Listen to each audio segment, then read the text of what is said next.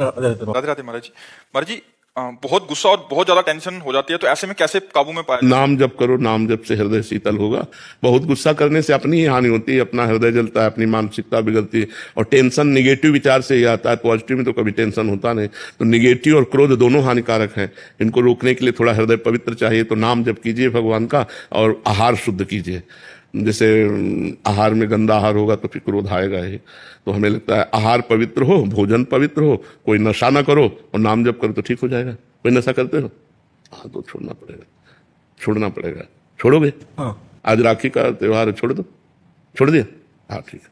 अच्छे आदमी बनो, अच्छा भोजन पाओ, पवित्र विचार करो, हृदय को शीतल रखो। या मनुष्य जीवन आनंद के लिए मिला है, गंदे नशा करके, गंदा भोजन करके जीवन को बर्बाद कर। मान लो कभी ज्यादा क्रोध आ गया तो किसी की हिंसा कर सकते हो। हिंसा कर दोगे, जेल जाओगे, पूरा जीवन बर्बाद हो जाएगा। नाम जप करो, नशा छोड़ दो और अच्छा भोजन करो, स्वास्थ्य ठीक रखो, विचार ठीक रखो। रसनिधि जी, हांगकांग। श्री हरिवंश महाराज जी। महाराज जी, साधना करते समय व्यक्तिगत स्वभाव जो जन्म जन्मांत से है, जैसे किसी की गलत बात सहन ना कर पाना आदि व्यवधान पैदा करता है, इससे बचाव करते हुए अपनी साधना को कैसे बढ़ाएं महाराज जी? देखो, जब तक विवेक नहीं होगा तब तक हम फंस जाएंगे। अंदर की वृत्ति हमें फंसा लेगी। और जब विवेक होगा तो हम उससे बच जाएंगे। विवेक होता है सत्संग से। बिन सत्संग विवेक न होई, राम कृपा बिन सुलभ न सोई। भगवान की कृपा से यदि हम संत वाणी को सुने और अपने भजन को बचाने की कोशिश करें। देखो, भजन करना कठिन, करके बचाना कठिन, और बचा के पचाना कठिन। अगर भजन पच जाए तो सिद्ध हो जाए, तो परमानंद का अनुभव हो। अभी हम भजन शुरू किए तो कब हमारा मन किसी से द्वेष का चिंतन कराने लगे, किसी ने हमें 10 साल पहले कुछ कहा था उसका चिंतन कराने लगे। वो हमें काटना होगा। मिथ्या है, व्यर्थ है, नहीं नहीं, सब में भगवान है, नहीं, मन हम तुम्हारी बात नहीं, राधा राधा राधा, उसे काटना होगा। जो काटना होता है वो विवेक से होता है। अगर काटोगे नहीं तो उसी में फंस जाओगे, भजन छूट जाएगा और अंदर जलन पैदा हो जाएगी, अशांति आ जाएगी। ऐसे ही काम की वृत्ति, क्रोध की वृत्ति, लोभ की वृत्ति, मोह की वृत्ति, अहंकार की वृत्ति, यही तो हमारे अंदर, ईर्ष्या की वृत्ति, यही तो हमारे भजन को ना होने देना, होने पर उसे छीण कर देना, अनुभव आनंद का ना होने देना, भूत भविष्य का चिंतन, ये सब काटना होता है। हम जब बैठे तो शांत होकर बैठे। हमारा मन जा रहा है, उसे हमें काटना पड़ेगा। नहीं नहीं, हटाओ, बिल्कुल हटाओ, राधा राधा राधा, बार बार उसे काटो तो शांत होता जाएगा।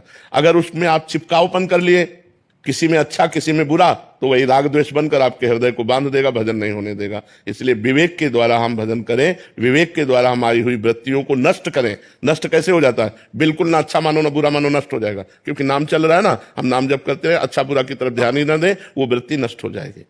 अल्पना अवस्थी जी, नोएडा। राधे राधे महाराज जी। महाराज जी, सबसे पहले तो मैं आपको प्रणाम करती हूँ। महाराज जी, इनका सवाल है कि मैं हर किसी के दर्द और खुशी में रहती हूँ, अपना हर काम भूलकर उनका साथ देती हूँ, पर मेरे आसपास के लोग ही मेरे दुख का कारण बन जाते हैं, और कोई भी दुख वैसे हम बताएं, अगर हम अपना रिलेशन संसारिक न मानकर भागवतिक माने तो हमको ये दुख ना हो कि हम परोपकार करते हैं, बदले में हमारे साथ व्यवहार ठीक नहीं होता। ये आपका ही अनुभव नहीं है, सबका अनुभव, बहुत बार प्रश्न हो चुका है।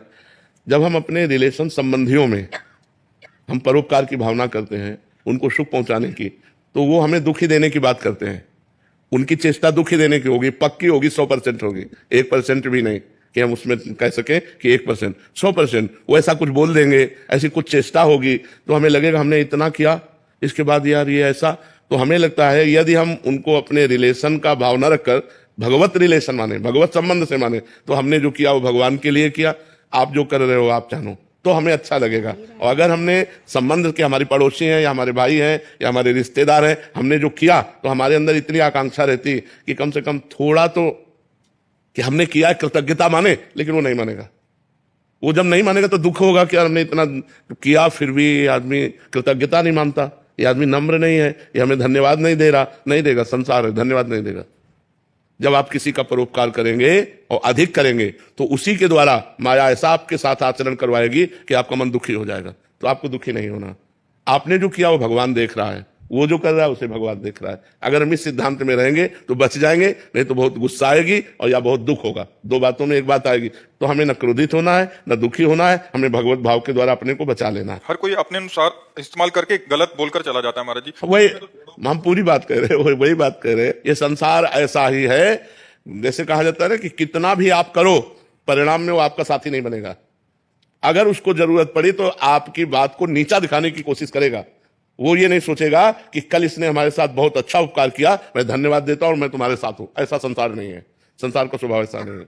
वो तुमने जितना किया है उसके बदले में तुम्हें दुख ही देगा, जरूरत पड़ी तो तुम्हारे विरोध में खड़ा हो जाएगा, ऐसा संसार है।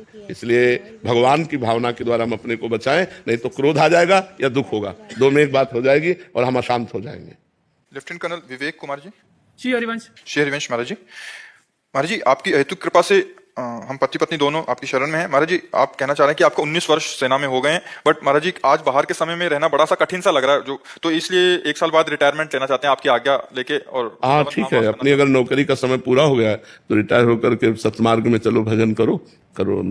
20 साल तो सेवा सरकार की हो ही जाती होगी, तब रिटायरमेंट मिलता हो है। हाँ, तो बहुत सरकार की सेवा, विश्व के सरकार की सेवा करो, परमात्मा की सेवा करो, नाम जप करो, और आसपास के नौजवानों को भारतीय सेना के योग्य बनाओ, जो आसपास परिवार के मोहल्ले के नौजवान हैं। धामवास करने की।